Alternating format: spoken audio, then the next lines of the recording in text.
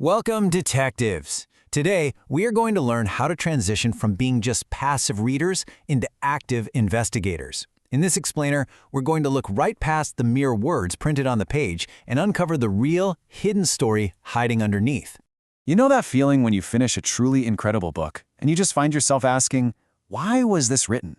To solve that ultimate mystery, we literally can't just look at the text itself. We have to investigate the hidden forces that shape the story long before the author even picked up a pen. Okay, let's dive right into our agenda. We'll start with reading beyond the page, then look at the biographical lens, the historical lens, and the sociocultural lens.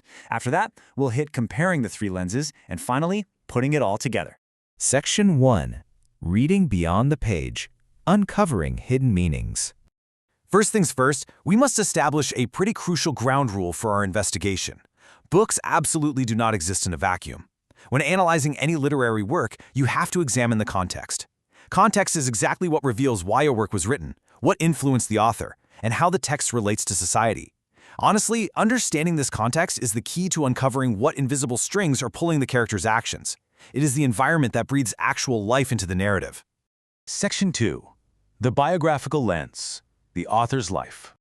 Let's pick up our very first tool. Biographical context encompasses all the critical information about an author's life. We're talking childhood, education, family background, and personal values. It shows us that an author's personal achievements, and usually more importantly, their personal struggles, inevitably bleed right into their narrative. You simply cannot separate the art from the artist's lived experience. Let's look at a concrete example. Think about José Rizal's iconic novel Noli Me Tangere. Rizal experienced intense discrimination under Spanish rule, right? He witnessed the severe abuses of colonial officials and friars firsthand. Well, those experiences with discrimination directly fueled the themes of his famous novel. He wasn't just inventing conflict out of thin air. He was processing his very real life through fiction to expose actual social problems. So, the takeaway here is to always run your text through a few specific questions. Ask yourself, what important events happened in the author's life? How did those experiences influence the text? Do the characters resemble people the author actually knew?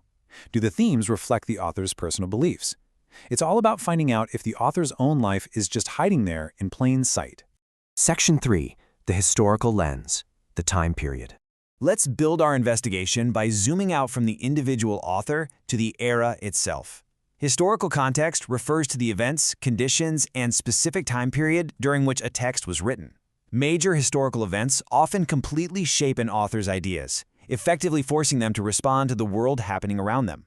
Basically, think of the author as a reporter for their time, capturing the zeitgeist, the fears, and the hopes of an entire generation. We see this brilliantly illustrated in works like The Diary of Anne Frank, written during the absolute horrors of World War II and the Holocaust. Or consider Philippine literature written during martial law in 1972, which focuses heavily on human rights and government control. These massive global or national realities completely dictate a writer's focus. The era of fear, hope, and political unrest becomes the very atmosphere the characters are breathing. To apply this lens, keep these questions in your detective kit. What major events were happening when the text was written? How did these events influence the author's ideas? And how does the work actually reflect its time period? If you read a passage where citizens live in fear of speaking out, checking the historical context will instantly tell you if political unrest or global wars are the true invisible antagonists of the story. Section 4.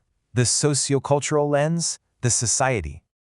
Finally, we zoom out even further to examine the invisible rules of the community. Sociocultural context looks at the social and cultural conditions like traditions, customs, values, gender roles, religion, and social classes that influence a literary work.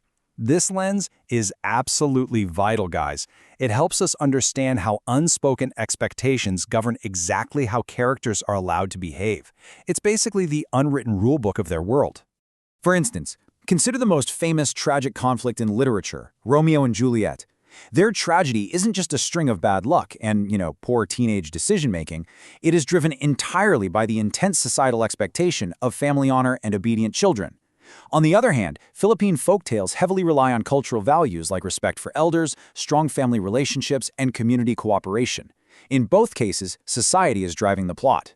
When evaluating a text through this lens, ask these questions. What cultural values appear in the text? How do traditions influence the characters? What social issues are presented? And how does society affect the story overall? If a character is expected to give up his dreams to care for his family, ask yourself, is this his personal choice, or is he simply following deep-rooted social customs? Uncovering that distinction changes everything about a character arc. Section 5. Comparing the three lenses and overview.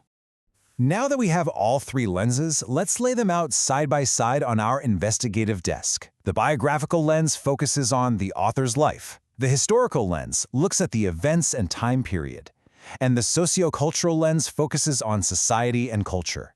It perfectly illustrates how we can seamlessly shift our focus from the author's mind to the era's timeline to society's rulebook to get the complete picture.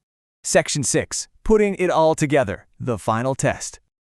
Okay, detectives, time to put you in the hot seat. Let's jump into some rapid-fire case studies. Imagine you're reading a story where a young man joins a revolution for freedom. If we strictly apply the biographical lens, what might this plot point tell us about the actual person who wrote it? Exactly.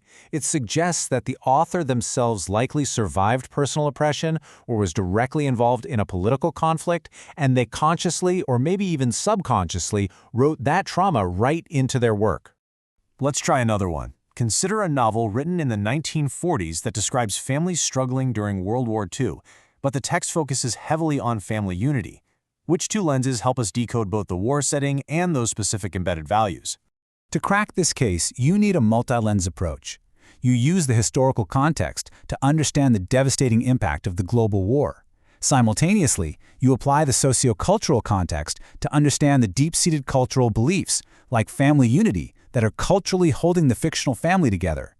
Both forces are acting on the text at the exact same time. To wrap up this explainer, I have a challenge for you. Think about your absolute favorite book, the one you've read a dozen times. Now ask yourself, which of these three lenses, biographical, historical, or sociocultural, would completely change how you read it next time?